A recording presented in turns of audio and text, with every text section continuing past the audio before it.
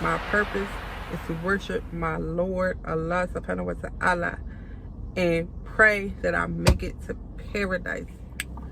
What's up, everybody? It's Aiyana and I'm back with another video. It's Monday, y'all. It's a new week. It's nice as hell outside. No, it's not nice as hell. Hell is not nice, but we'll get into that later. As you can tell by the title, today I'm going to talk about why I chose to convert to Islam. Why did I become Muslim? Why do I wear this scarf on my head every day? Before I get into that, I know y'all probably like, where's the AC? Where's the Bana? Where's the Kita? What happened to the funny videos?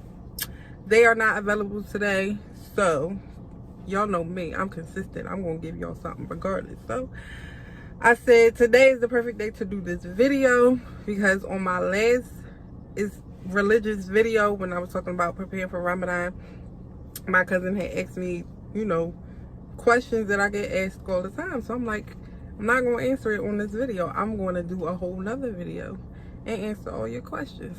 All right. So I got all her questions here. I got my little notes. So if y'all see me looking down, it's because I got my notes, because I don't want to miss anything. Because when I do like the little sit down and talks, like I have everything that I'm going to say in my head, but then when I rewatch the video, I'll be like, dang, I forgot to say this. So I just made myself notes or whatever. So before I get into the video, make sure you like, comment, and subscribe to the channel if you haven't already. I'm posting videos every week, y'all. I'm consistent. Like, I got y'all. I promise. Just let me know what you want to see. If y'all don't let me know, how I'm supposed to know what I'm going to... What, y'all want more pranks? Y'all want more challenges? Like, y'all gotta let me know. Alright, so let's get into this video. Alright, so the first question she asked was why I converted. You know, the main question. Why? Why did I choose Islam? And I feel like it chose me. Like, not to be corny or anything like that. Like, it chose me. So let me just backtrack a little bit to when I was younger. I say like around between 12 and 14, something like that. I actually started researching about Islam, and I'm like, dang, this makes sense. Like, this answers the questions that I had in my head, but I'll get into that in a second. But of course I was young, and I was the only person in my family that would have been that was Muslim. So it was hard to stay on track and to gain knowledge about what I found out and what I believed in my heart was real, was the truth. Especially when I'm that young and I come from a family that's Christian, Baptist, whatever. And they don't really understand. They're just like, oh girl, it's a phase, like you'll get over it. Like, they didn't take me serious. So after a while I didn't take myself serious. I'm like, whatever, I'm just gonna go with the flow, and eventually just started following, you know, my family's path. But it was always in the back, it was always in my heart, always in the back of my mind, but I didn't know how to, I don't know how to put it, like I didn't know how to bring it out, to just be like, you know, let people know, like, this is what I believe, like this is what makes sense to me. And that's the other thing, like, Islam makes sense to me. And I don't want to get into too many details about what I believe in versus what Christians believe in, because I don't want to offend anybody. But I'm going to say this, and this is not to offend anybody or anybody's religion or anything like that. But the biggest question that I've had since I was younger, actually like a child, and hearing my grandma talk about God and all that stuff, and Jesus and all that stuff, the biggest question I had was, if God is God and Jesus is God's son, because that's what Christians believe, that Jesus is the son of God, then why do we worship Jesus more than we worship God? That never made sense to me, like, ever. That was always a question in my mind, even when I was going to church. Even before I found out about Islam and started doing research when I was younger, that never made sense to me. I always questioned it, but I never ask anybody. Like, I never asked my grandma or anybody in my family that so my family, they're not religious, but they believe, you know, they have Christian beliefs. So like, we wasn't at church every Sunday and things like that, but I knew what they believed in, and that's what they taught us to believe in. But yeah, that was my biggest question. Like, it just didn't make sense to me. So when I found Islam, and if you know what we believe in, you know, we don't believe Jesus is the Son of God. We don't associate Allah with any partners, any children, anything like that at all. Like, none. So when I found that out, I'm like, this is it. Like, this answers the question that's been burning in my heart and in my mind all these years. So that was the main thing, and that's just the truth. That was the main thing, the story behind who Jesus is to us versus what, you know, what I was taught. So once I found that out, that got me right there. And another reason is I was just looking for peace. Like, I was trying to find myself. When I was in my teens, like high school years, like, I battled with depression and nobody knew. Like, till this day, I don't think my family or friends knew how bad I was battling with depression. Like, really bad. So I was just searching for something to give me peace and make me feel good and give me a purpose, like, and let me, why am I here? Like, what is the purpose? Why am I here? What is life all about? And Islam answers all those questions. When I went to church after my grandma died, my family got into church a lot more. Like, that's when we started going to church more, because we were all healing, and we were just looking for something to help us heal. So to us, that was church. And when I was in church, you know, I'm not going to say I didn't like it. I'm not going to lie. It was good. Like, some of the messages I did take from it, but I still didn't feel like my questions were being answered. Why am I here? What is my purpose? And Islam answered that. Our purpose on this earth is to worship our Lord, one and only, Allah subhanahu wa ta'ala. That's it. Anything else after that is extra. Like, this world is just a test. Like, there's so much more than the physical world, and Islam taught me that. So once I started going to church, and after a while, I'm just like, okay, my question's still not being answered. And something in me, God brought me back. Allah brought me back, and I started researching again and studying again, and realizing, like, this is what I know this is right. Like, this is answering all my questions. Like, all this makes sense. And so I just studied for a while, and I think I text two of my cousins who are Muslim, and I'm like, I'm ready. Like, this is what I want. Like, I know this is for me. Like, I'm Muslim. In my heart, I am a Muslim. And so one of my cousins, because they knew, you know, when I was younger that I tried to convert as well, but I just fell off. But he was just like, are you sure? Like, don't play around. I'm like, there's no playing. Like, this is the truth. I know in my heart I'm Muslim. I just need to take my shahada and make it official. Like, and so I did. Myself and two of my other cousins went with me, and I took my shahada. So to sum everything up, I converted to Islam because that's what I believe in my heart is the truth. Islam answers all my questions, any questions that I have about what I study, what I believe in, or Islam teaches you everything, from how you should eat your food to how you should wash your body. Everything.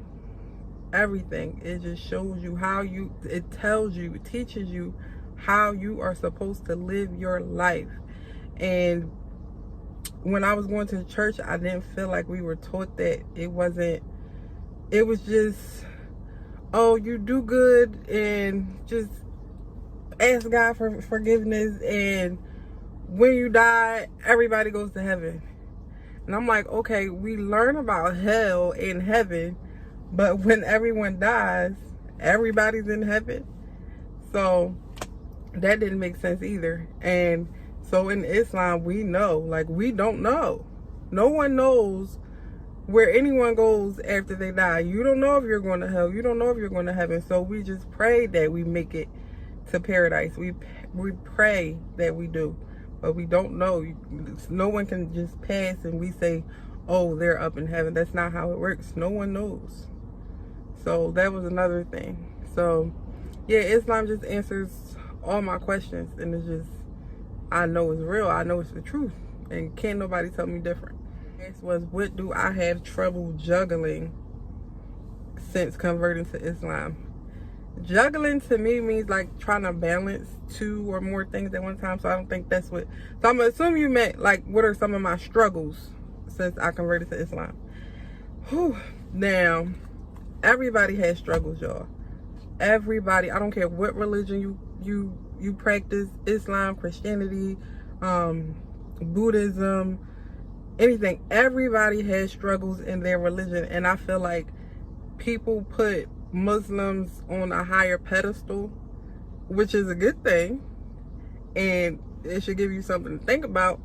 But anyway, yeah, we're put on this higher pedestal like we're supposed to be perfect. Nobody is perfect. And I remember, I think I was like at the doctor's office or something, and I was talking to this Muslim lady, and we were, you know, we were just talking about the religion, and she was like, when people judge me or come at me, I just tell them, look, I'm Muslim, I'm not perfect. And ever since then, I've been using that. When something occurs, I'm like, look, I'm Muslim, I'm not perfect. Muslim doesn't mean perfect. Nobody's perfect in their religion. We strive to be the best we can be. We should strive to be the best we can be, but everyone's going to fall short somewhere. So for me personally, some of my personal struggles since converting to Islam was, for number one, was hijab. Now, and I think this applies to everybody that converted to Islam from a different religion. When you first take your shahada, you know, you're excited, it's fresh, it's new, you're feeling good, and you happy, like you start a new life basically. Like all your past is like erased, all your past sins are erased, and you're reborn. Literally, you're reborn. So you're all excited, you can't wait to buy all these kimars and shaylas and overgarments and get all these pretty colors and da-da-da-da. And after a while, it starts to die down, unfortunately. And it's hard because majority of your life you were used to, you know, wearing long weave and getting your hair braided and just wearing it out, being all pretty, and wearing short dresses and showing cleavage and all that. So to go from something so extreme for majority of your life, because I didn't convert to Islam till I was in my 20s. I can't remember exactly what age I was anymore. So for 20 plus years of my life, I was living one way, and then just like that, I had to reroute my whole entire everything, literally. So in the beginning, of course, it wasn't hard. Like, I was excited, I couldn't wait to cover and do all these things. But when certain situations arise, like, okay, it's a party coming up, I ain't supposed to be partying, but I don't want to miss the party. I can't go to the party in my hijab, that's just disrespectful, so I'm gonna just take it off.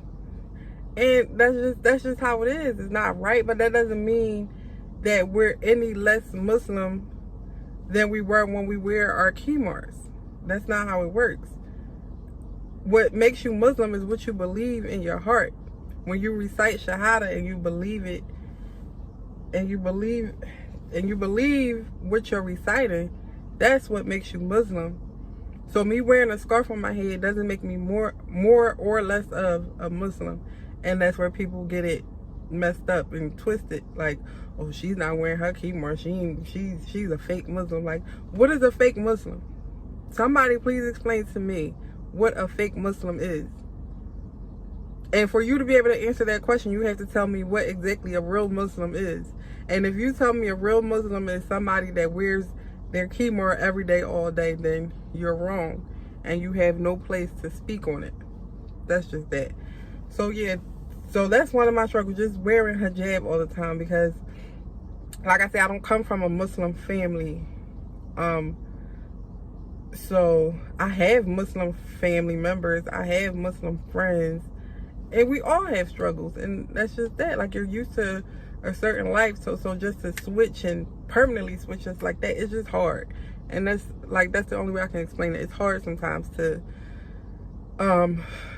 just stay covered, and it's just something that we pray about and make dua and just pray that we get better, and you know, just try our hardest. Like, I'm more on with my hijab, I'm more on than off, alhamdulillah.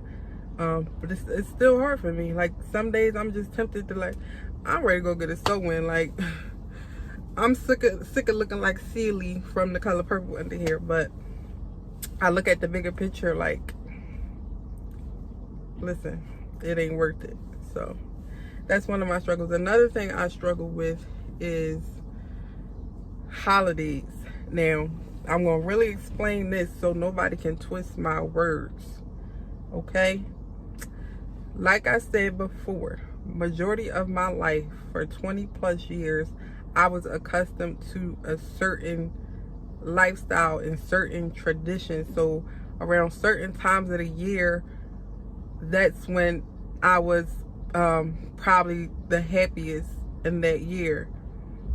So I don't believe, and I would never, ever, ever, ever, ever celebrate a Christian holiday. But it's hard for me to remove myself from certain situations around those times, because that's when family comes together and friends come together, and everyone's just happy and cheerful and loving, and just the vibe and the energy that people give off around that time of the year is just beautiful, and it just makes me feel good inside. So that's where I struggle, not necessarily celebrating it, because I have no interest whatsoever in Christmas trees and you know, just that stuff. Like, I have no interest, because that's not what I believe. It doesn't make sense to me because of what I believe. But yeah, so that's my struggle part, just removing myself, because like I said, my family still celebrates Christmas and other holidays like that. And so it's just hard for me to remove myself. So do I still spend those days with them? Yes, but I make it very clear to my family, whether they listen or not is another story, but I make it very clear to them that I am not participating in any holiday activities, if that makes sense. Like, I'm not going to help you decorate a tree. I'm not going with you to go pick up Christmas decorations and then all that stuff like that. But I want to be around my family during that time, because that's just a joyous time for us, if that makes sense. I hope that makes sense, because I don't want my words to be misconstrued at all. So that's probably one of the hardest. And when I first converted, thinking about it, like my kids, because at first I don't think that way now, but at first I'm like, okay, I'm gonna feel like my kids are missing out around the holidays, around Christmas and things like that. But as I grew in my religion, and as I gained more knowledge, like, I realized, like, girl, what? That don't matter. Like, as long as you teach your kids, right, and you teach them what you believe, and you show them and you guide them, then it won't matter. Just like it doesn't matter to us, it won't matter to them, because they know the reason behind everything. So that was probably that was one of the hardest things. But it gets better every year. I tell my mom and them every year she still called me and asked me what you want for Christmas every year. So I don't think that's anything that's going to ever change, but it's just, it comes along with the territory with being one of the only Muslims in your family, just learning how to deal with your family around certain times of the year. I struggle with prayer. You know, as Muslims, we are obligated to pray 5 times a day, every day. No excuses, unless you're a woman and you know, during a certain time. But other than that, so, but like I said, everybody in every religion has a struggle, and I just pray for myself. I make dua for myself all the time, and everybody else who has the same struggles that I do, that we just get through it and see the bigger picture, and know that in the end, as long as we do what we're supposed to do, what we're here, what we were put on this earth to do, which is to worship Allah subhanahu wa ta'ala, then we'll be okay and we'll be rewarded in the end. So the next question was, how has my life changed since I converted to Islam? How has my life changed? My life has changed dramatically in so many different ways, but all for the better. Alhamdulillah. All for the better. So, one of the main things that have changed for me personally is knowing my purpose. I know exactly why I was put on this earth. I know why I'm here. It's not to be the richest person in the world, not to be a dental hygienist, even though that's my dream. That's not my purpose. My purpose is to worship my Lord Allah subhanahu wa ta'ala and pray that I make it to paradise once I return. So my life has a purpose. That's the main thing. I know why I'm here, and I know what to expect. Not saying I know whether I'm going to hell or heaven, because no one knows that. I know that is going either 2 ways. Either I'm going there or I'm going down there, and I ain't trying to go down there. So I need to do right. I know that I need to live a certain way to make it to where I want to make it in the afterlife. So, and it makes sense to me. Like, okay, I'm here to do right and to show my Lord that, you know, I'm worthy of making it to paradise and living happily ever after. And I understand that I have no control over anything. Like I say, I battled with depression at a young age, and still here and there, like, I won't say depression, but just like stressful situations. But then I sit back and realize, like, listen, my life is already written. It was already written before I even took my first breath. My life was written already, and I can't change anything, not one thing, if I wanted to. Okay, if it's meant for me, it will never miss me. If it's not meant for me, I will never get it. And that's just it. And that's what I realized. So I try not to stress over little stupid things, because at the end of the day, I have no control. No control whatsoever. Whether or not I'm getting into the dental hygiene program, that was written for me already. I don't know what the outcome is yet, but I know that it was already determined.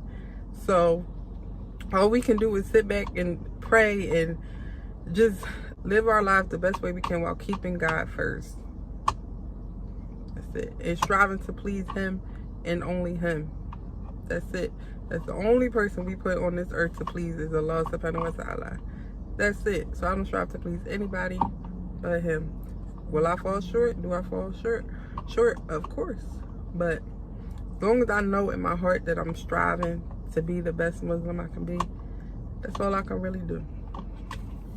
That's all I can really do. What else? I have more discipline now. I can't just live carefree, because I know there are consequences to every action that I make. Every sin I commit is being written. Every good deed I do is being written.